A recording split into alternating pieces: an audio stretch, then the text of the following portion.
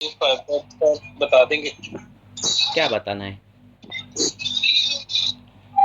Sir मेरे अपने wife का एक केस है, उसमें उनके 6 सेंटीमीटर के 3 फाइब्रोइड सर। हम्म हम्म फाइब्रॉइड कैसे होता है मुझे उसको आयुर्वेदीय तरीके से जानना चाहिए पहली बात। हाँ हाँ, कोई भी ग्रंथि कैसी होती है तो वात की गति प्रतिलोमित होती है, मूढ़ गति हो जाती है, और वात मेदोगत हो जाता है, मांसगत हो जाता है और ग्रंथि की निर्मिति करता है। वो मेदोगत मांसगत क्यों होगा? जब वहाँ ख वैगुण्य कुछ होगा तब होगा। बराबर है। तो ख वैगुण्य कैसे होगा? अगर वो रजचर्या नहीं फॉलो कर रही है, हाँ, कुछ डीएनसी हुआ है, माँ समय पहले से व्रण हुआ है, ऐसे कुछ हुआ है, तो वो क्या हो जाता है, वात जो है वो मांसगत होकर फाइब्रॉइड निर्माण करता है। तो हमें चिकित्सा क्या करनी है? वातानुलोमन चिकित्सा करनी है, बस्ती चिकित्सा करनी है। हाँ, इस प्रकार से चिकित्सा करनी रहती है। ऐसी कोई चिकित्सा नहीं है कि ये दो गोली दे दो और फाइब्रॉइड कम होते जाएगा, ऐसा नहीं होगा। वातानुलोमन जितने अच्छे तरीके से होगा, मांस के दुष्टिजन्य हेतु बंद रहेंगे, तब वो फाइब्रॉइड की संप्राप्ति भंग होगी और फाइब्रॉइड धीरे धीरे कम होगा। ठीक है। जी सर। हम्म, और किसी को कुछ पूछना है? पूछो। एक फाइब्रॉइड होने के लिए बहुत साल लगते हैं, बहुत सालों से गलत चीज़ें चली रहती है शरीर में, तब जाके वो गांठ बनती है ना? तो ऐसे नहीं होगा कि दवाई दे दी 1 महीने में ठीक हो गया, ऐसे नहीं होगा, है ना? ऑपरेशन करोगे तो क्या होगा? वो फाइब्रॉइड अगर बड़ा हो तो ऑपरेशन करना ही पड़ता है, छोटा हो तो क्या करना है? अगर ऑपरेशन आपने कर दिया, पर फाइब्रॉइड के जो कारण है, वायु का विमार्गमन हो, मांसदुष्टिजन्य स्रोत मांस व स्रोतदुष्टिजन्य हेतु हो, अगर हेतु वैसे ही वैसे चले रहे तो बार बार दूसरे फाइब्रॉइड आ जाएंगे। इसीलिए हेतु बंद करना, हाँ, वात पर काम करना, ही हमारी चिकित्सा रहनी चाहिए। हाँ, बोलो। और किसी को कुछ पूछना है? पूछो फटाफट।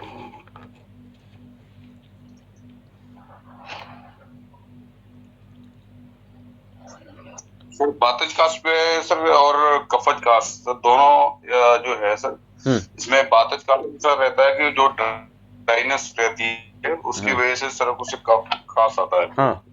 तो सर हम जैसे इसमें चंदन की रस है और अपामाल क्षार है ना, साथ में इसमें ज्यादातर सर के स्नेहन चिकित्सा का बहुत अच्छा रोल है। यानी कि सर उससे हमें पान करते सर कंटकारी कहते हैं सर।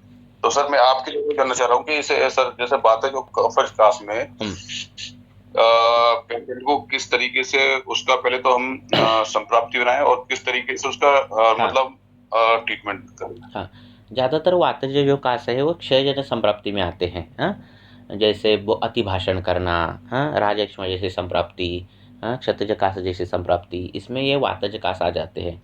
जिसमें क्या होता है कि गले में शूल रहता है और जो वातादिक लक्षण है वो सब दिखते हैं।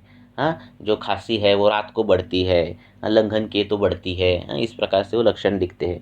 वातज कास में सिंपल जो आहार्य घटना ये बोला है वाग्भट ने, वो सिंपल बोला है कि आप राइस लेना है, उसमें गुड़ डालना है और उसमें घी डालना है। हाँ, और ऐसे भात गुड़ और घी ऐसे राइस अगर खा लिया तो वातज कास कम हो जाता है। उससे भी नहीं कम हो रहा है तो ये बाकी की चीज़ें हैं। कंटकारी जो है वो वातज कास पे अच्छे काम करती है। धमासा जो है, कर्कट शुंगी जो है, ये इसकी क्या करनी है? गुड़ के साथ गोलियां बनाने की और गोलियों को तेल लगाने का, और वो वातज कास में देने की। तो क्या हो जाती है, जो रात को कास का वेग आता है वो कम हो जाता है। ठीक है। गुड़ के साथ गोली बनानी और उसको तेल लगाना, हाँ, तो इससे कम हो जाता है। नारायणी तेल रहता है, उसके 2-3 ड्रॉप अगर शाम को पी लिए तो भी ये वातज कास जो है वो कम होता है।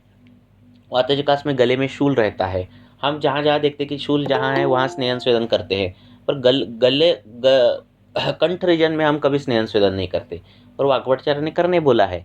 तो जब ऐसा हो कि गला दर्द कर रहा है अति भाषण से, या फिर जो जो वातजकास के हेतु है उससे कास वेग रात को बढ़ रहा है, गला दर्द कर रहा है, ऐसा है तो गले को भी तेल लगाना है और गला भी सेकना है। इससे वातजकास कम हो जाता है। ठीक है। तो इस प्रकार से मांसरस है, घृत है, युक्तिपूर्वक प्रयोग करके वातज कास जो है उसमें हम क्या कर सकते हैं, विजय मिल सकता है। रही बात कफज कास की, कफज कास के लिए सिंपल योग बोले हैं कि मरीच जो है वो शहद के साथ ले लो, नहीं तो तुलसी स्वरस है वो शहद के साथ ले लो, नहीं तो क्या बोला है, और ये जो चूर्ण है इसमें यवक्षार डाल के, कासग्न जो चूर्ण है, धमासा है, कंटकारी है, इसमें क्या करना है, यवक्षार डाल के वो पियो। तो इस प्रकार से कफज कास का ये हो जाता है। तो इस प्रकार से हम उसका चिकित्सा कर सकते हैं। ठीक है। तो वातज कास जो है क्षयजन्य, उसमें हमें बल संतर्पण करना रहता है। वातज कास में संतर्पण करना रहता है, इसीलिए इनमें ब्रोहणीय सब द्रव्य दिए हैं। मांसरस दिया है, उसमें आप सेंधव बिंदव डाल के वो मांसरस पीना है, ऐसे बोला है। ठीक है ना। तो इस प्रकार से चिकित्सा हम कर सकते हैं कास की। ठीक है। और क्या बोला था आपने, क्या पूछा, यही ना? जी सर, जी सर। इसमें एक चीज और बोलना चाह रहा हूँ, जैसे हमारी शुष्क कुष्ठ रहता है और एक स्रावी कुष्ठ रहता है सर। तो सर उसमें क्या करते हैं कि सर हम आरोग्यवर्धनी जो देते हैं सर, है ना, या सर जैसे इसमें गंधक रसायन देते हैं सर, तो सर जो है उसमें ड्राइनेस की वजह से ईच रहती है। क्या रहती है? ड्राइनेस नहीं, जब रुक्षता रहती है तो तेल का प्रयोग करना रहता है, जब स्त्राव रहता है तब चूर्ण का लेपन करना रहता है। है ना। जी। जब ड्राइनेस रहेगा तो तेल का प्रयोग करना है। जी जी। नहीं सर, मेरा मतलब ये है सर, जैसे हमने अभी पेशेंट को सर जो है जैसे सारिवा शब्द जो देते हैं सर, तो जो ड्राई देखो हम क्या देते हैं आयुर्वेद में, इसको महत्व नहीं है, हम क्यों देते हैं इसको महत्व है। पहली बात तो पूरी हेतु लेना है, और कौन से हेतु से वो क्यों हुआ है वो देखना है। ड्राइनेस जो है वो केवल वात से आता है ऐसे नहीं है, पित्त के तीक्ष्ण गुण उष्ण गुण बढ़ने के कारण कफ का विलयन होता है और फिर भी ड्राइनेस आ जाता है कफक्षय होकर। तो ये ड्राइनेस किसकी वजह से वो भी देखना है। वात पित्त संप्राप्ति में भी ड्राइनेस आता है, अलग याद आया। तो ड्राइनेस पर काम नहीं, हमारे कुष्ठ कौन सा है इसका निदान ये हमारा नन ऑफ बिजनेस है। कुष्ठ किस वजह से आ गया है ये हमारा मुख्य बिजनेस है। ठीक है ना। तो वही देखना है पहले। तो इस प्रकार से चिकित्सा करो तो हो जाएगा। गुण के हेतु निकालो, हेतु के गुण निकालो और उसके आधार पर चिकित्सा होनी चाहिए, है ना। रुक्षता अलग अलग क्या, इसका कुछ तरीका बताइए जो, मतलब सर इसका कुछ तरीका बताइए जो हम देख सकें। यही है ग्रंथ में तरीका, हेतु निकालो, किस हेतु से कुष्ठ हुआ है ना। हेतु के गुण निकालो, किस गुण से उपशय मिल रहा है वो निकालो। इसके आधार पर आप दोष निश्चिति उसमें गुण निश्चिति कर सकेंगे, और वो विकल्प संप्राप्ति के आधार पर, अंशांश कल्पना के आधार पर आप द्रव्य निश्चिति कर पाओगे, है ना। तो यही तरीका है, तो यही ग्रंथकारों ने तरीका दिया है। ठीक है ना। ऐसे नहीं है कुष्ठ के लिए खदिरारिष्ट, कुष्ठ के लिए आरोग्य, ऐसा नहीं रहता। ठीक है ना। नहीं तो क्या सबको मालूम है दवाई, गंधक सभी कुष्ठ आ गए दे दो गंधक रसायन दे दो खदिरारिष्ट, ऐसा नहीं है ना। ठीक है ना। तो इसीलिए द्रव्य सिलेक्शन इसके आधार पर होना चाहिए। ठीक ठीक, thank you sir. Okay. YouTube पर एक लेक्चर भी है उस पर, त्वचा विकारों में, वो हिंदी में होगा तो वो देखो। तो उसमें सब द्रव्यों कैसे यूज़ करने, क्यों यूज़ करने, इसका ये किया है। यूट्यूब पे किस पे है सर? यूट्यूब पे किस पर है? मतलब मेरा यूट्यूब चैनल है, उस पर मैंने एक डाला है लेक्चर, वो मराठी में है, हिंदी में याद नहीं मुझे। तो अगर हिंदी में होगा तो वो सुन लो एक बार। जी सर, उसका लिंक बता दीजिए तो भेजूंगा। ठीक ठीक सर। ठीक है, आगे पूछो। कुष्ठ ये ऐसी, हाँ बोलो, बोलते जाओ। सर कभी कभी कृमि काश भी वातज काश जैसे लक्षण दिखाता है, तो ड्राई कफ रहता है।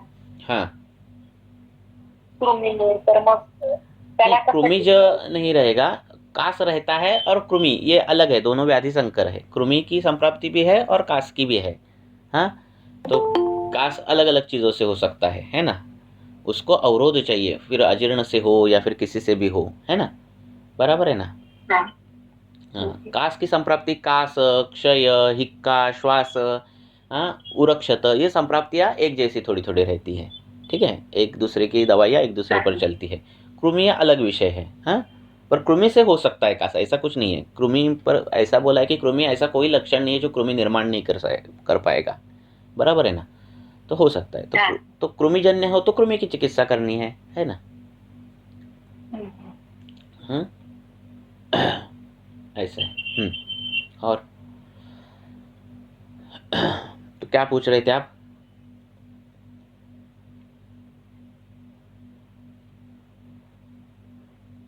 हेलो, हाँ, तो कृमि का क्या क्वेश्चन क्या था आपका?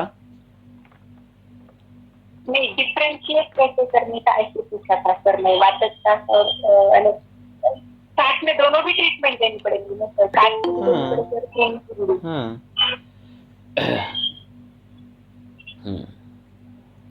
और वातज कास में भारंगी आया है, तो भारंगी जो है वो कृमि पर भी काम करता है, वातज कास पर भी काम करता है, ऐसे भी द्रव्य आए हैं, ठीक है ना। ऐसा हाँ, पूछो। और सर, जेवल्यानंतर पोट गच्च वाटतं आणि कोरड्या डेकार येतात, याचा विचार कसा करायचा? बहुत जल्दी खाने वाले, झट खाने वाले ऐसे लोगों में भी ये गुरुता दिखती है। अग्नि कम है और आहार ज़्यादा है, इसकी वजह से होने वाली ये है, हाँ, कि गुरुता आती है। पहले ही खाना ही कम करना है, ये पहला देखना है। वो कम करने के बाद भी ऐसा हो रहा है तो मलबद्धता है क्या, ये सब देखना है। कॉन्स्टिपेशन है, मलबद्धता है, ऐसा हो रहा है तो वातानुलोमन करना चाहिए, दीपनीय औषधि देनी चाहिए खाने से पहले, हाँ। ऐसे किया तो ये हो जाएगा।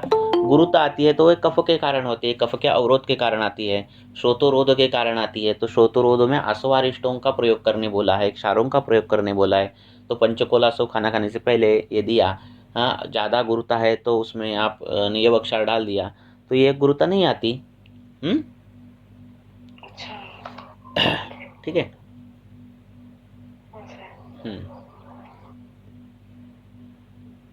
और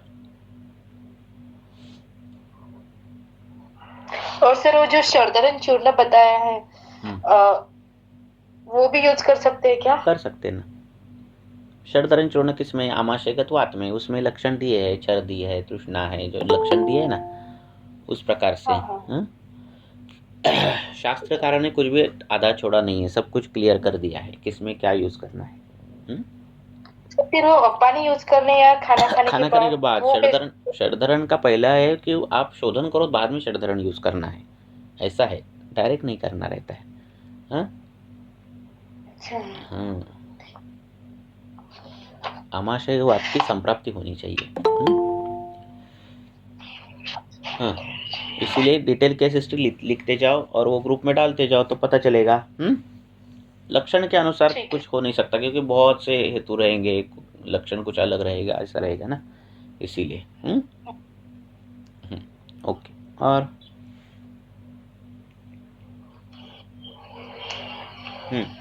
डायरेक्ट पूछो आप, अनम्यूट करो और पूछो।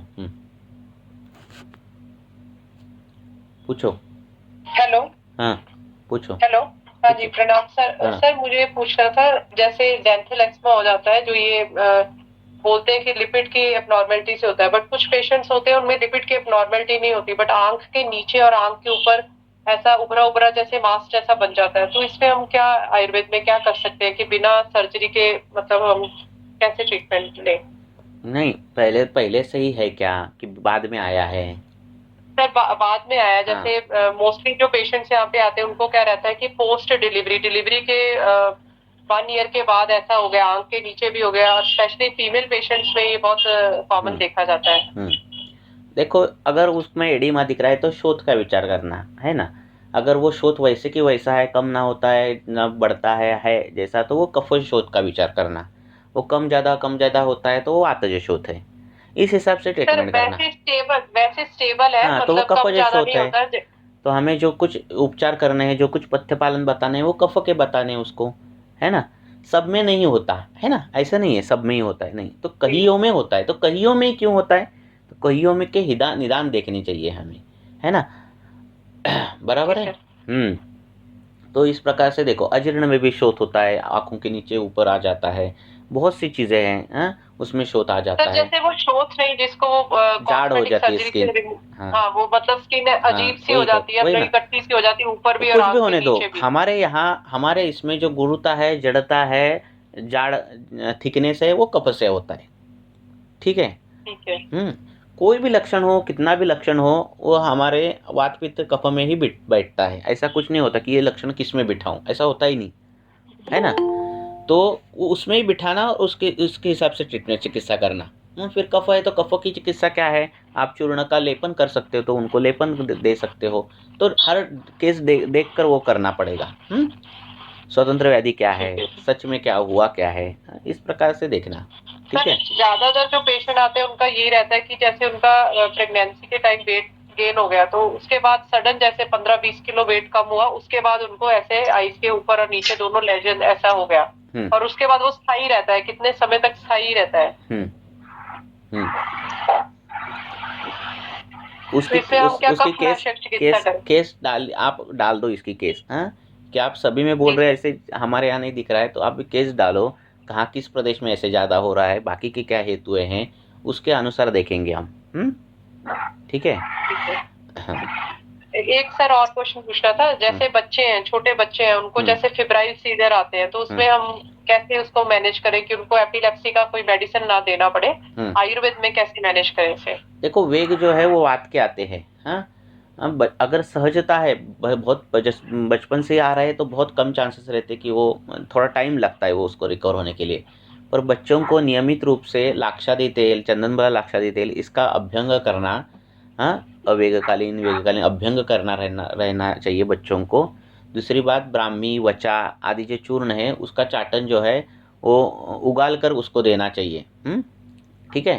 तो ये चाटन ब्राह्मी का दिया तो ब्राह्मी मंद गुण की है ना, तो वो जो सीजर है वो जो है वो कम होते जाते हैं बच्चों के।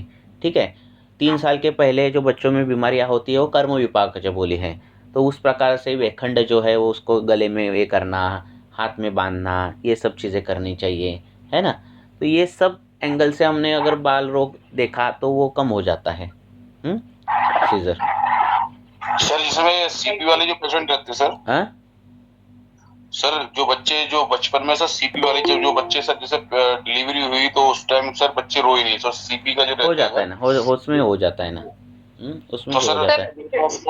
जैसे जिस केस की मैं बात कर रही हूँ उसमें मतलब सिर्फ फीवर के आने पे ही उसको सीजर आते हैं, अदरवाइज वो बच्चा बिल्कुल नॉर्मल रहता है, उसको हाँ, फीवर आता है तो सीजर आ जाता है साथ। हाँ, वो कुछ भी हो मॉडल, हमें क्या देखना है, कंप देखना है। कंप किससे होता है, वात से होता है ना।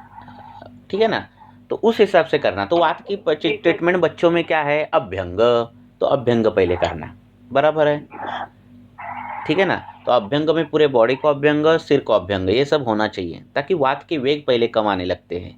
ठीक है, उसका एपिसोड बढ़ता है। हाँ, तो वो पहले चालू हो। तो फिर किससे अभ्यंग करना, ऐसा तेल चाहिए जो ग्रह बाधा नाशक ये सब चीज़ें कवर करे, तो वो लाक्षादी तेल है।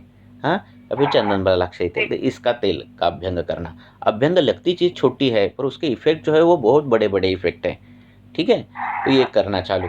फिर क्या है, ग्रह बाधा नाशक क्या है, वो एक वचा है, वचा का धारण करना रहता है बच्चों को, तो वो धारण करना रहता है, वो करना है। ये सभी चीज़ें देखनी है।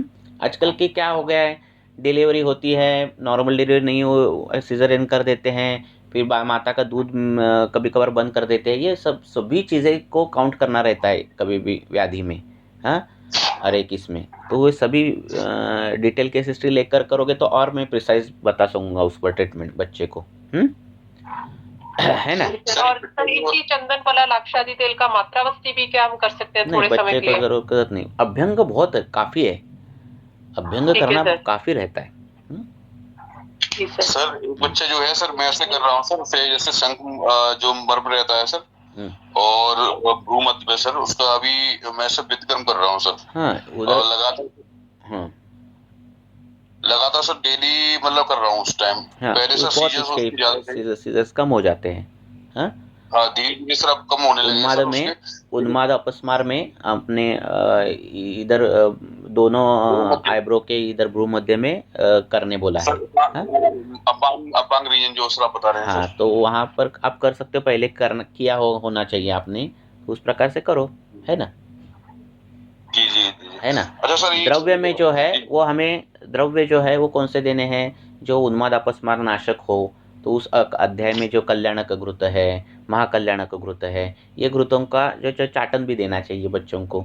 तो ये एक सब कॉमन ट्रीटमेंट हो गई ना। अब हमारे पास प्रिसाइज केस होगी तो मैं प्रिसाइज ट्रीटमेंट बोल सकूँगा, ठीक है ना। हाँ, बाकी के जो हेतु अगर होंगे तो महापंचगव्य घृत अच्छा काम करेगा। हाँ, इस प्रकार से हम अलग अलग घृत सिलेक्ट कर सकते हैं। 6 महीने के नीचे बच्चों को हाँ, थोड़े मात्रा में घृत दे सकते हैं, कुछ नहीं प्रॉब्लम। वेग है ना, वेग आ रहे हैं ना अपस्मार के, इसीलिए जी जी जी चाटन देना रहता है घृत का। जी सर, एक पेशेंट है सर, उसे मतलब सर प्रमेय है सर, उसकी सर HbA1c जो है 14.6 है सर, और उसकी सर जो खाली पेट सर जो आ रही है 290 है सर, और जो सर PP आ रही है सर उसकी मतलब 470 है सर। उसमें सर व्याधि जो सर उसमें क्या है, बार बार उसे सर मूत्र प्रवृत्ति आ रही है सर, रात को ज्यादा रहती है, तृष्णा उसे अधिक रहती है, और स्किन भी ड्राइनेस है सर उसकी, और नमनेस भी सर। उसकी डिटेल केस हिस्ट्री ले लो, ग्रुप में डालो। देखो ये सब शुगर जो ब्लड में आती है उसका हम विचार जो करते हैं वो अग्नि उपहत होने के बाद की चीज़ें हैं। तो रक्तगत आम होना, रक्तगत मेद, रक्तगत क्लेद बढ़ना, इस प्रकार से निदान करके उसकी चिकित्सा करो। हाँ, रुग्ण को 2 टाइम खाना खाना है, जो कुछ खाना खाना है वो अगर राइस ले रहे हो तो वो पूरा फ्राइड करके पूरा तवे पर भाज के वो राइस लेना है। इस प्रकार से अच्छा अग्नि संस्कार किया हुआ खाना ही देना है, 2 टाइम ही खाना करना है, व्यायाम उद्वर्तन आदि चीज़ें करनी है। इस प्रकार से उसका क्लेद भी कम होना चाहिए, उसको बल भी होना चाहिए, इस प्रकार से उसका आहार विहार रखना चाहिए। फिर दारवी दे दो, त्रिफला दे दो, ये सब बाकी की चीज़ें, आंवला दे दो, आम्ल की हरिद्रा दे दो। हाँ, ये सब बाकी चीज़ें पर इस प्रकार से होनी चाहिए। पेशेंट का शुगर देखकर कुछ मत करो। हाँ, मूत्र प्रवर्तन ज़्यादा हो रहा है पेशाब से तो उस पर काम करो, तो प्रमेय उसको मानो और काम करो। हाँ, पेशाब को चिटिया बिटिया लग रही है तो वो शीत में है क्या, हस्ती में है क्या, इस प्रकार से उसके मेह में ये करो। उस प्रकार से अगरू देना, ये देना, ये सब कॉम्बिनेशन जो है वाघभट्टाचार्य ने दिए हैं, तो उस प्रकार से करो। निदान हमारा आयुर्वेदीय करो। बाकी BSL का पर ज़्यादा ध्यान मत दो, मैं नहीं देता, ठीक है।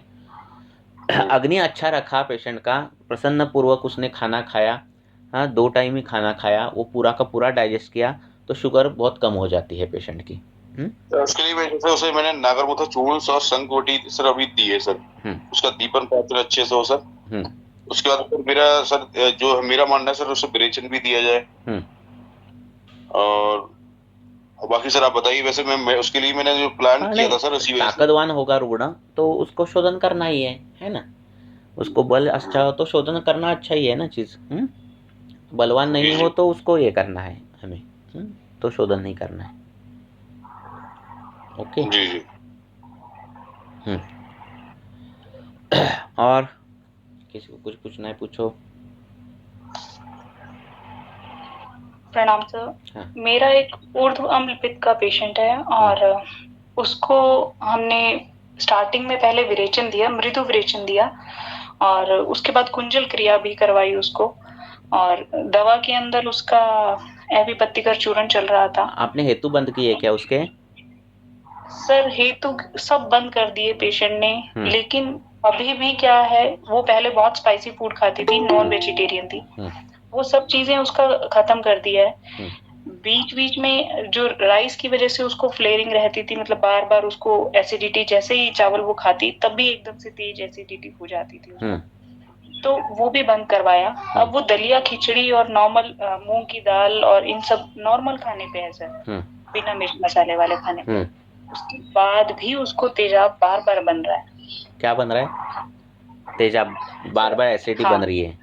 एसिडिटी बन रही है। देखो, दोष अगर ज्यादा हो और एसिडिटी ऊपर से और आ रही है, अम्लोद्गार हो रहा है, उसको बार बार ऐसे लग रहा है, हाँ अम्लोद्गार हो रहा है उसको। देखो, सुबह उठने के बाद अगर अम्लोद्गार हो रहा है, हाँ अम्लोद्गार हो रहा है, छर्दी प्रसय का आदि लक्षण दिख रहे हैं, तो दोष उत्क्लेश अवस्था में है और दोष आमाशय में है, बराबर है ना। तो आमाशय की चिकित्सा जो है वो वमन है। सर उसको कुंजल करवाया तो नहीं, वमन अलग रहता है ना, वमन अलग है। सर कुंजल को कराना ही नहीं है। हाँ, वमन अलग है, कुंजन अलग है। हाँ तो प्रॉपर वमन कर्म ही करवाएं। हाँ, लघुवमन करा सकते हैं, लघुवमन सर, तो वमन ही कराना है। वमन ही करवाना है ना, क्योंकि दोष उत्क्लेशित अवस्था में है और ऊपर की ओर आ रहे हैं, तो आपको विरेचन नहीं देना है, वमन ही करवाना है ना। तो आमाशय शुद्धि होगी। घृतपान करके नहीं कर सके तो सर? हाँ, क्यों ना करे? प्रॉपर घृतपान करके नहीं कर पाए तो पंचतिक घृत पीने में उसको बहुत प्रॉब्लम हो रही है। दूसरा कोई स्टार्टिंग में घृत दो शुरू करवाया था। उसको, जो पसंद है वो, है ना। दूसरा कोई जिसको जो पसंद है वो घृत दे दो। घृत पे येला बिला डाल दो, वास अच्छा उसका सुगंध आना चाहिए, इसीलिए। पर वमन ही होना चाहिए। हाँ, कुंजन कहाँ है हमारे आयुर्वेद में? सर ये अजीर्ण की अवस्था होगी सर, अगर जो अम्लोदगार हो रहा है। हाँ, अम्लोदगार आ रहा है। अजीर्ण की अवस्था हुई देखो, है, उसको बीच बीच में आना, आफरा, ये सब चीजें रहती है। देखो, दोष ऊपर आ रहे, अम्लोदगार आ रहे, प्रसेक आ रहा है, छर्दी व सुबह लग रहा है, इसका मतलब दोष आमाशय में है और वो उत्क्लेशित अवस्था में है। ये सीधी बात है ना। और वो अगर जैसे दोष उत्क्लेशित है तो क्या हम सद्य वमन नहीं करा सकते? करा सकते ना, करा सकते ना, सद्य वमन करा सकते ना। तो सर उसको सद्य वमन के लिए मैंने मुलेठी का फंड दिया था और उसको वॉमिट भी बहुत हुई। हाँ। मतलब कम से कम 4 से 5 वीक हाँ। लगातार आए उसको और फिर धीरे धीरे करके आने शुरू हुए। हाँ। और लगभग 8 वेग उसको आए हैं। उसके बाद पेशेंट एकदम से बहुत ही ऐसे कमजोर फील कर रही थी। पहले की एसिडिटी, पहले का अम्ल पित्त और अभी का इसमें फर्क है ना, कम है ना।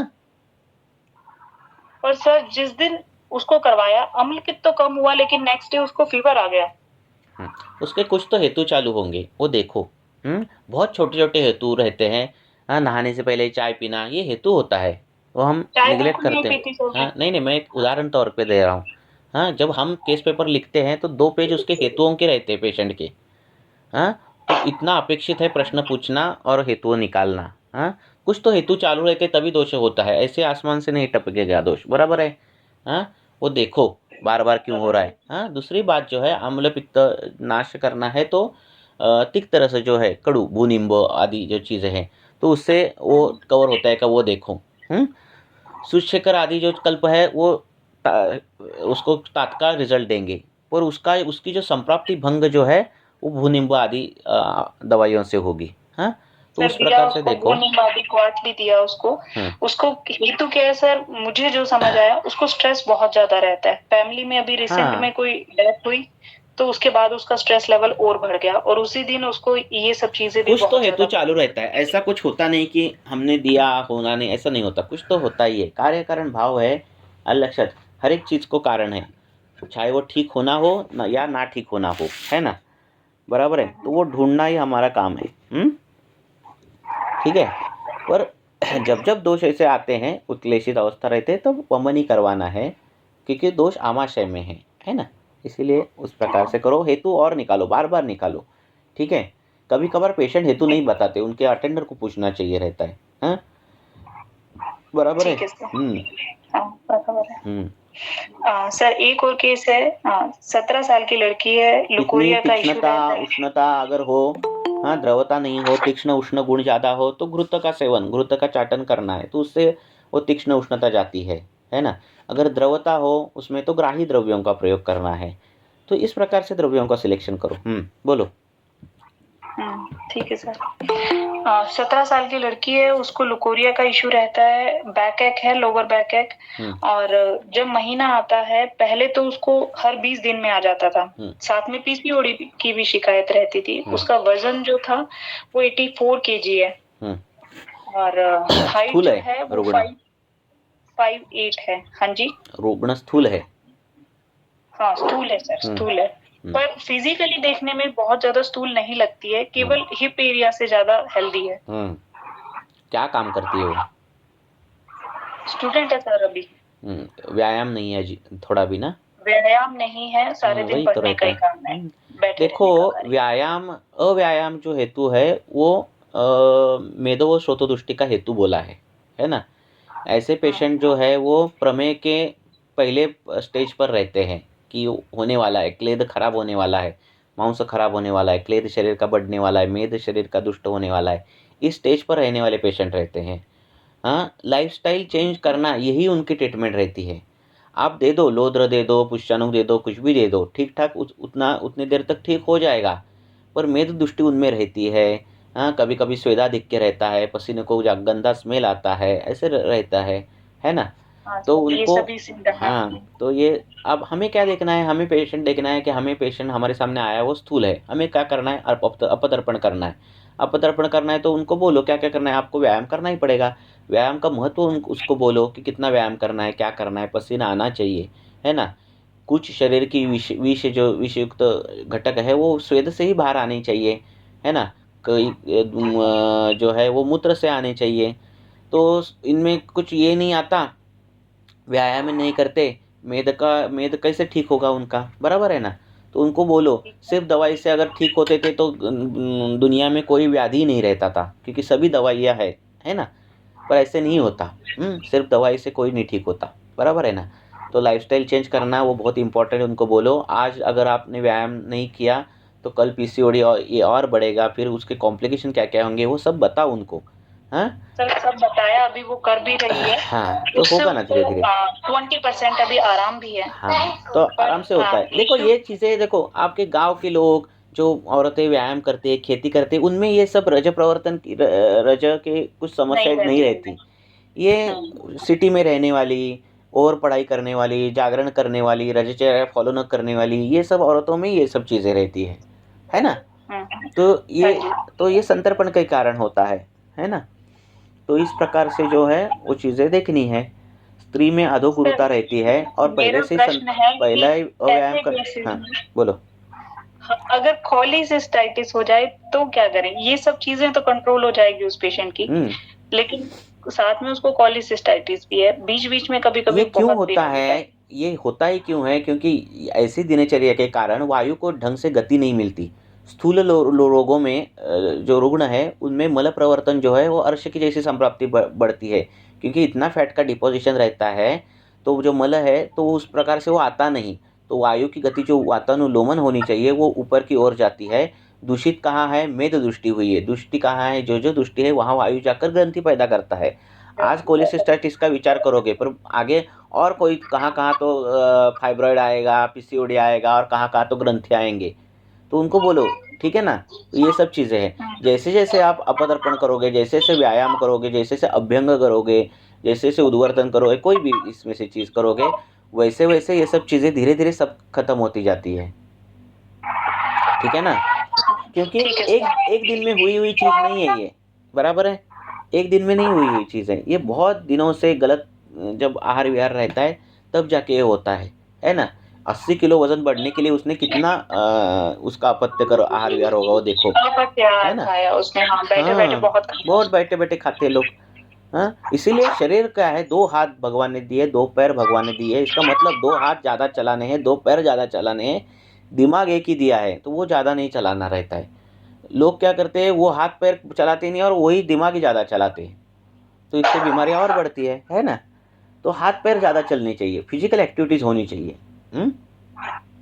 जिस इसमें फिजिकल एक्टिविटीज़ है, गांव के लोग रहते हैं साइकिल पे चलते हैं, ये वो इधर उधर फिजिकल एक्टिव रहते तो हेल्दी रहते हैं लोग। शहर के लोग बैठे बेड पर आराम से बैठे, ऊपर एसी चालू रहता है और ऑफिस का टेंशन दिमाग में, तो इससे व्याधि बढ़ जाते हैं, है ना। ये रहता है। और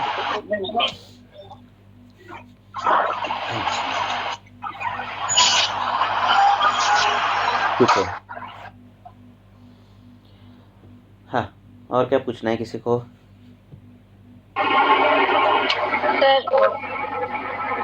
पूछो। सर उसको स्किन एलर्जी हुई है।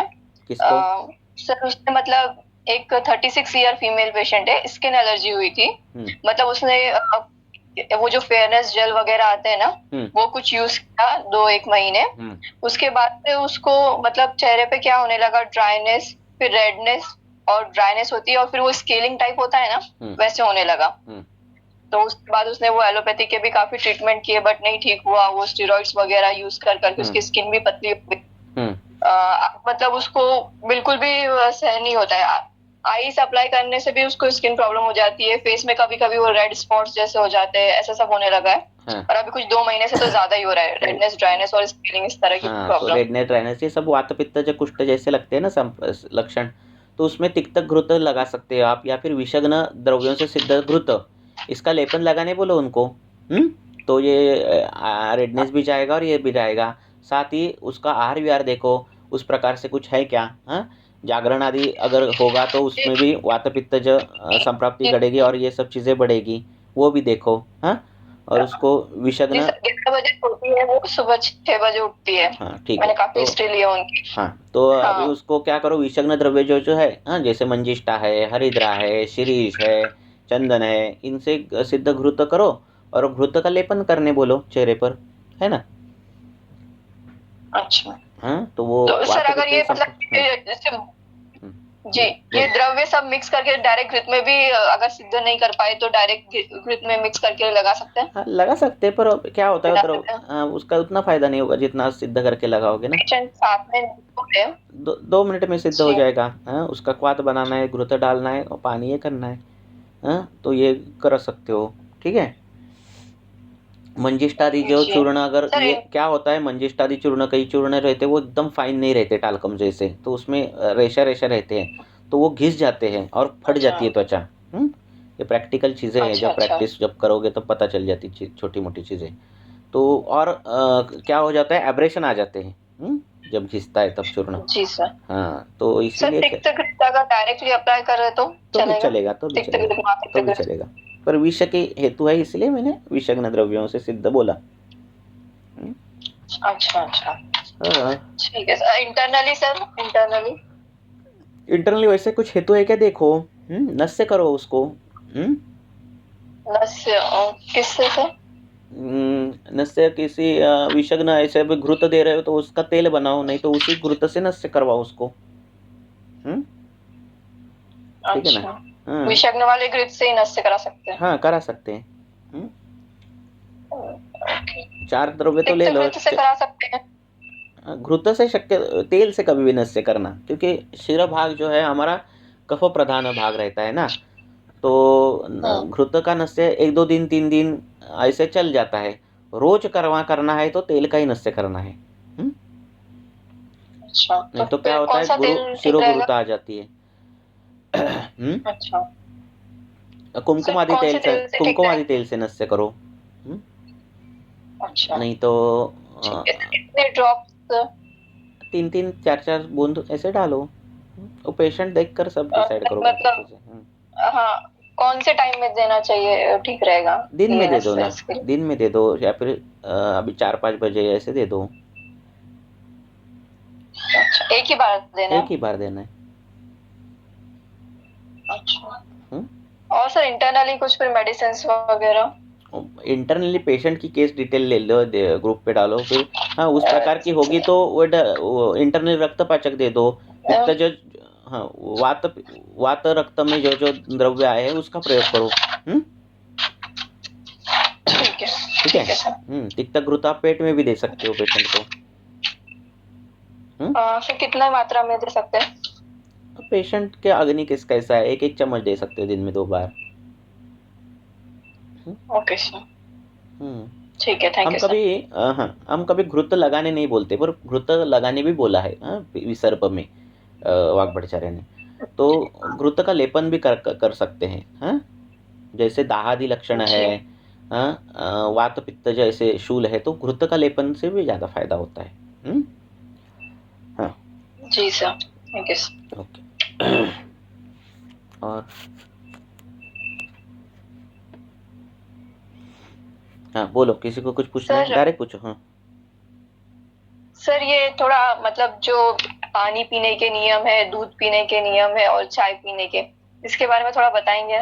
इसके बारे में थोड़ी है, बहुत है इस पे, एक लेक्चर 2-3 घंटे का हो जाएगा, पानी पीने के नियम। फिर अब कई लोग सुबह उठ के पानी पीते हैं, उनको लगता है उससे मोशन सही होगा। कई मतलब ऐसा कईयों का हम ये नहीं, हम नहीं बोल, हमें ग्रंथ में जो दिया है उस प्रकार से हमें करना है बस। तो सर वही बताइए ना थोड़ा उसके बारे में, ग्रंथ के हिसाब से। क्या बताऊं पानी के बारे में, कितना क्या बताऊं? आप पर्टिकुलर क्वेश्चन पूछो तो मैं बता सकूंगा ना। पानी शास्त्र में कम ही पीना चाहिए, पहली बात बोला है। पानी रोगी ने तो पीना नहीं है, जैसे शोथ है, जलोदर है, उदर रोगी है, अग्निमांद्य है, इन लोगों ने पानी पीना नहीं है और बाकी लोगों ने भी कम पीना है, पहली बात तो। ऐसे हमारे आयुर्वेद बोलता है। तो पानी कम ही पीना रहता है, पहली बात। पानी पीने के बाद जो होने वाली व्याधि है और पानी कम पीने वाली जो व्याधि है, उसमें पानी पीने से व्याधि ज़्यादा होते हैं। यह भी मॉडर्न भी एक्सेप्ट कर रहा है। ठीक है, तो ऐसा कभी होता नहीं, क्योंकि हमारा भारतीय आहार विहार जो है वो पहले से ही लिक्विड है। हम जो दाल लेते हैं, जो कुछ सूप लेते हैं, कुछ भी लेते हैं, उसमें पानी ज़्यादा ही रहता है, पहली बात। और हम ऐसे भी पानी पीते ही है। यूरोप में पानी लोग पीते ही नहीं, उधर टेबल वाइन पीते हैं। तो वहाँ के सरकार को अनाउंस करना पड़ता है, जागरूक करना पड़ता है कि पानी पियो, पानी पियो, क्योंकि वहाँ होने वाली जो व्याधि है वो बिना पानी कम पीने से होती है। बराबर है। हमारे यहाँ ऐसा होता ही नहीं, हमारे यहाँ पसीना आता है, लोग ऐसे भी पानी पीते हैं, खाने में भी पानी रहता है। वो खाने में उनके पानी नहीं रहता, वो ऐसे ओवन से निकालते हैं, ऐसे ही खा जाते हैं, है ना। तो उनका आहार विहार अलग है, हमारा आहार विहार अलग है। हम क्या करते हैं, उनका कॉपी करते हैं और हम भी बोलते हैं इधर के डॉक्टर की पानी पियो, पानी पियो। ऐसे नहीं होता, पानी को भी शरीर को डाइजेस्ट करना पड़ता है और पानी से अजीर्ण आदि बहुत से व्याधि होते हैं। पानी ये त्रिदोष बढ़ाने वाली चीज़ है। अगर अति अम्बुपान हुआ तो त्रिदोष बढ़ाने वाली चीज़ है। द्रव गुण से कफ पित्त बढ़ाता है, शीत गुण से वात बढ़ाता है। ठीक है ना। तो अति अम्बुपान ये बहुत ही बुरी चीज़ है। ऐसा है। Yes sir. तो ये जो सुबह उठ के पानी पीना है, अगर कोई गर्म पानी पीता है तो क्या वो सही है? क्यों पीना है, कहाँ बोला है? कहाँ बोला है क्यों पीना? वो गर्म पानी पीते हैं सुबह उठ के, इतना गर्म पानी पीते हैं कि पूरा गैस्ट्रिक फ्लोरा जाता है विषद गुण से, और पूरा वो रुक्षता आ जाती है। पहले तो एक टॉयलेट हो जाती है, बाद में 2-2 ग्लास पीने पड़ते हैं। ऐसे गलत बात है ये सब, है ना। गर्म पानी कहाँ पीना है? वात कफज ज्वर में गर्म पानी बोला है, उष्णम अल्पम वो पिबेत अल्पम अल्पम। ये वात कफज ज्वर की चिकित्सा है। अब उसको वात कफज ज्वर हुआ है, क्या हुआ होगा तो पी सकते हो। ऐसे नॉर्मल इंसान ने नहीं पीना है पानी। ऐसे उषप पान का प्रयोग बोला है, इसलिए लोग पीते हैं। उषप पान कब करना है? ब्राह्म्य मुहूर्त में करना है, रात्रि के उपांत्य मुहूर्त में उठना है, मीन्स 14 के बाद का मुहूर्त। ठीक है, सूर्योदय से पहले। क्या करना है? उषप पान करना है। उषप पान करना है मीन्स क्या? नदी का पानी, कुएं का पानी पीना है। कुएं का पानी क्यों? क्योंकि कुएं का पानी जो है वो गर्मी में ठंडा रहता है, ठंडी में गर्म रहता है। तो वो पानी पीना है। कैसे पीना है? नाक से पीना है। कैसे पीना है? नाक से पीना है। ठीक है, नाक से पीना है। कितना पीना है? 8 चुल्लू पीना है पानी। कितना पीना है? 8 चुल्लू पानी पीना है। तो ऐसे अगर पानी पिया, ब्राह्मी मुहूर्त पे पिया, किसने? स्वस्थ व्यक्ति ने पिया, जिसको कोई बीमार नहीं, ऐसे सब कंडीशंस अप्लाई करके पिया, तो वो पानी के गुणधर्म बताए कि वो अच्छा है, स्वस्थकर है, ये है, वो है, वो है। ये कुछ नियम नहीं देखते लोग, 8 बजे उठकर पानी पीते हैं। ऐसे थोड़े होगा उषप पान, है ना। यस बराबर है ना। तो सर ये पॉसिबल नहीं अभी कुएं का पानी और ये नाक से पीना, तो मत पीना, ठीक है। इसलिए पानी पीना ही नहीं है ज्यादा। Yes sir. और सर खाने से पहले, खाने के बाद, खाने के बोला है ना, ग्रंथ में है ना श्लोक, खाने से पहले क्या? अजीर्णे वेशरम वारी जीर्णे वारी बलप्रदम, है ना श्लोक। बीच बीच में पानी पीना रहता है। सर ये जो बोलते हैं रात का रखा हुआ पानी अगर सुबह पियो, वो त्रिदोष प्रकोप का कौन बोलते हैं? कौन बोलते हैं? लोग बोलते नहीं, ग्रंथ क्या बोलता है? अच्छा, तो रात का रखा हुआ पानी पी सकते हैं फिर दिन में? ऐसा कुछ नहीं है? नहीं, पानी जो है वो उबाल कर ही पीना रहता है, पहली बात। क्योंकि नॉर्मल जो पानी है वो अभिसंधि और गुरु बोला है, ठीक है ना। तो इसलिए पहले पानी ही नहीं पीना है, पहली बात। ज्यादा पहली इधर से शुरुआत है ना। तो उसके आगे की सब चीजें आ जाती है। ऐसे जी सर। तो पानी उबाल कर ही पीना है। फिर कौन से प्रदेश में कितना उबालना है ये भी ग्रंथकारों ने दिया है। जांग प्रदेश हो तो कितना उबालना है, अनु प्रदेश हो तो कितना उबालना है। इस प्रकार से भी सूक्ष्म वर्णन जो है ग्रंथकारों ने किया है, वो देखो एक बार। Okay sir. Hello sir. बोलो सर। 31 इयर्स ओल्ड फीमेल आहे। सर उसमें रसवा स्रोतस की दृष्टि लक्षणें दी, जब पूरी हिस्ट्री देखी मैंने तो सर उसकी रसवा स्रोतस दृष्टि लक्षणें है और स्ट्रेस बहुत था सर पहले 4-5 साल पहले। तो उनको अभी तकलीफ ये हुई सर, उनको एज ऐसे लक्षण देखे तो तकलीफ कुछ भी नहीं है, लेकिन उनके गले के नीचे उनको स्वेलिंग है और वहां पे लिम्फ नोड्स इनलार्ज हुए हैं और उनको ऑटोइम्यून थायराइडाइटिस डिटेक्ट हुआ है सर। और फैमिली हिस्ट्री में देखो तो उनके मदर को है। तो सर मैंने अभी 3-4 मंथ्स पहले मैंने पहले उनका हेतु बंद किए जो भी दिखे मुझे इस वक्त वो सब, और सर उसके बाद रसपाचक स्टार्ट किया सर, मतलब पाउडर रसपाचक, और सर उसके साथ वरुणादि कषाय और कांचन गुगुड़, ये 3 स्टार्ट किए सर। तो सर अब मतलब उनको जो पहले आलस्य वगैरह गुरुता वगैरह जैसे दिखती थी पहले उनमें वो सारी कम हो गई अभी, और बाकी सर रिएक्शन कुछ नहीं है। तो सर आगे कैसे फॉरवर्ड करूँ? उनका कुछ टेस्ट वगैरह मैंने कुछ कराया नहीं। हाँ, बाकी स्ट्रेस लेवल उसकी नॉर्मल है क्या उनकी? हाँ सर अभी नॉर्मल हो गया सब। वो टाइम पे जब वो पीक राइज था तब उनको वो डिटेक्ट हुआ सर। क्या? Autoimmune thyroiditis T3 T4 normal, TSH बहुत ज्यादा है, 450 के आसपास है। हाँ, ये ऑटोइम्यून डिसीज जिनमें रहते हैं ना उनमें पथ्य उन्होंने जो है वो स्ट्रिक्टली फॉलो करना रहता है। हाँ, पहली बात किसी कोई भी ऑटोइम्यून हो, चाहे वो RA हो चाहे वो सोरेसिस हो, कुछ भी हो, हाँ, तो उनको ये पहले बोलो। हाँ, और दूसरी बात जो है हमें दिख रहा है क्या, कंठशोथ दिख रहा है, तो उस हिसाब से करो। अभी थोड़ा 1 मंथ पहले उनको ज्यादा लगी लिम्फ नोड स्वेलिंग, तो वो थोड़ा डर गए। तो कंठ जो है वो मांसमय अवयव है और कंठ से रक्त का प्रवाह ज़्यादा होता है, तो रक्त का मांस का ये विचार करना है। रसपाचक तो आपने कर दिया, मांसपाचक रक्तपाचक का भी विचार करो, उसके भी हेतु कुछ है क्या वो देखो, और उस प्रकार से ट्रीटमेंट करके देखो। बीच बीच में ट्रीटमेंट आपको चेंज करनी पड़ेगी, उस प्रकार से करो, ठीक है।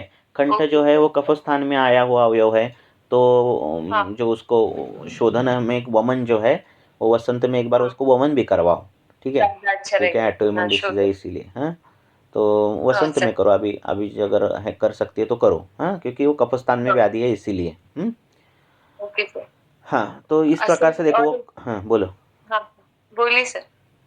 तो इस प्रकार से देखो, तो रस धातु तो देखो ही, पर मांस धातु रक्त धातु इनका भी विचार करो, ठीक है। हाँ ओके। और सर एक सेकंड केस है सर, अभी रिसेंटली था, एक गर्भिणी है नया 8 मंथ्स और 15-20 डेज की थी, और सर उनकी अभी EDD थी 30th अप्रैल।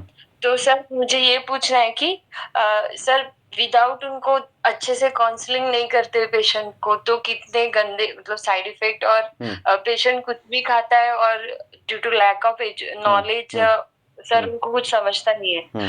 केस ये थी सर कि अभी वो पेशेंट के सारे रिपोर्ट सब नॉर्मल थे, 21 ईयर्स ओल्ड फीमेल, और फर्स्ट टाइम ही थी सर वो कंसीव किया था उन्होंने, और थ्रू आउट प्रेगनेंसी उनके सारे रिपोर्ट्स नॉर्मल थे, कोई प्रॉब्लम नहीं था। लेकिन अभी सर वो जब आई अभी 2-3 दिन पहले, तो सर उनको नीचे से पूरा स्वेलिंग यहाँ थाइस तक कंप्लीट एकदम टाइट स्वेलिंग आ गई थी सर, पूरे बड़े बड़े पैर हो गए थे उनके एकदम। और सर मैंने जब पूरा कंप्लीट पीटिंग एडिमा था और नी के ऊपर तक उनका वो स्वेलिंग हो गई थी, और सर पूरी इतनी खींचे हुए पूरे टाइट एकदम ऐसे पत्थर के जैसे पैर हो गए थे उनके।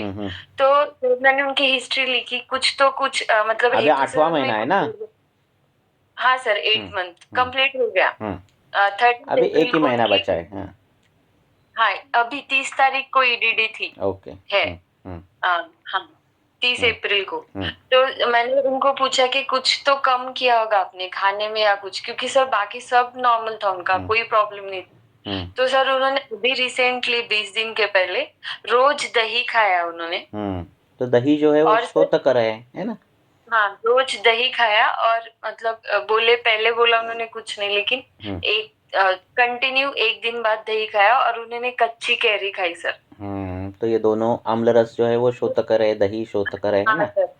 हाँ तो इसकी वजह से हो गया। शोध बढ़ाने के रीजन, लेकिन यहाँ मतलब जब हॉस्पिटल में है तो वो इमरजेंसी करके किसी को लिया नहीं और उनको कुछ ज्यादा अच्छे से सजेस्ट नहीं किया।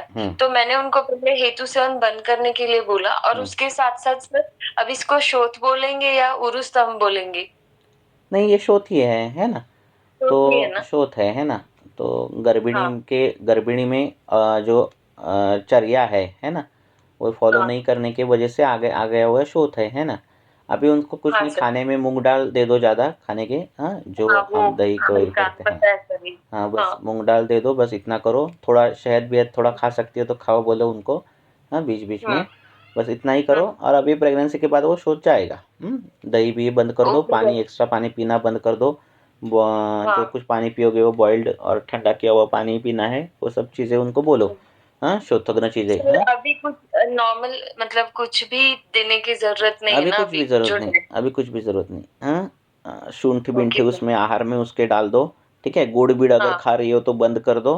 हाँ, तिल गुड़, हाँ, बस उतना ही करना है, क्योंकि अभी 8वां है ना महीना, तो अष्टमे अस्थि भी ओज, तो अस्थिर रहता है ये ओज, है ना? तो इसके वजह से अभी ज़्यादा कुछ ये नहीं करना है, तीक्ष्ण उपचार कुछ करने नहीं है। तो उस प्रकार से करो, हाँ, और शोध जाएगा बोलना उसको। वैसे भी प्रेगनेंसी में आ ही जाता है प्राकृत रूप से। बस उन्होंने किया इसलिए वो ज़्यादा बढ़ गया। सर वही कारण हो सकता है ना सर? या और नहीं, वही कारण है। यदि है वो शोथवर्धक है, शोथ निर्माण करने वाला है ना? हाँ सर, इसीलिए तो वो सर करो। और एक बोलो केस है। हाँ सर, 10 ईयर्स से इनफर्टिलिटी की केस है, प्राइमरी इनफर्टिलिटी। और सर उनने बहुत जगह पे गए, वो बहुत इन्वेस्टिगेशन किए, उनको कुछ फर्क नहीं हुआ। मेल और फीमेल दोनों की भी रिपोर्ट्स नॉर्मल है। लेकिन जो पर्सन है वो एकदम थीन पर्सन है सर, एज 30 के आसपास होगी। और सर उनमें पीसीओडी है उनको। किनको? और वही उनके जो फीमेल पेशेंट है उनको। हाँ, पीसीओडी है सर। और कितने साल के वो? 29। और सर उनके बहुत सारे हार्मोनल ट्रीटमेंट्स हो गए, लेकिन ऑन ऑफ ऐसे मेंसेस ही नहीं आते उनको प्रॉपरली। तो अभी रिसेंटली 2 मंथ्स पहले आए, तो पहले सब लेके सर मैंने उनका पहले हेतु सेवन ही था उनके, बहुत मतलब कफवर्धक आहार विहार और स्ट्रेस भी ज्यादा दिखा मुझे। तो सर मैंने वो कम किया उनका पहले। और अभी स्ट्रेस तो अभी कुछ नहीं है सर, लेकिन पहले उनका मैंने पाचन किया, दीपन पाचन और अनुलोमन किया, अविपत्ति चूर्ण। मैं हूँ नहीं सर, और वहाँ पे उनको लोकली कुछ दे नहीं सकते, मतलब डिस्टेंट। ये क्या रहता है, इनफर्टिलिटी की केसेस रहती है, उनमें बहुत सी चीजें रहती है। हार्मोनल इंटरफेरेंस रहता है ना?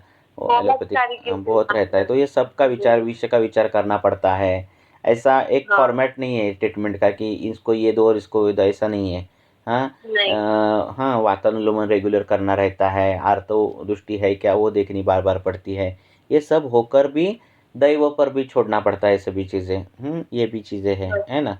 तो ये सब काउंटर सामने बैठना चाहिए पेशेंट। हाँ, ये फ्रंट में होना चाहिए। हाँ, फोन पर वगैरह कुछ दे तो ऐसा है, सभी चीज़ें रहती है ना? तो वो देखना पड़ता, दोनों का काउंसलिंग करना पड़ता है ना?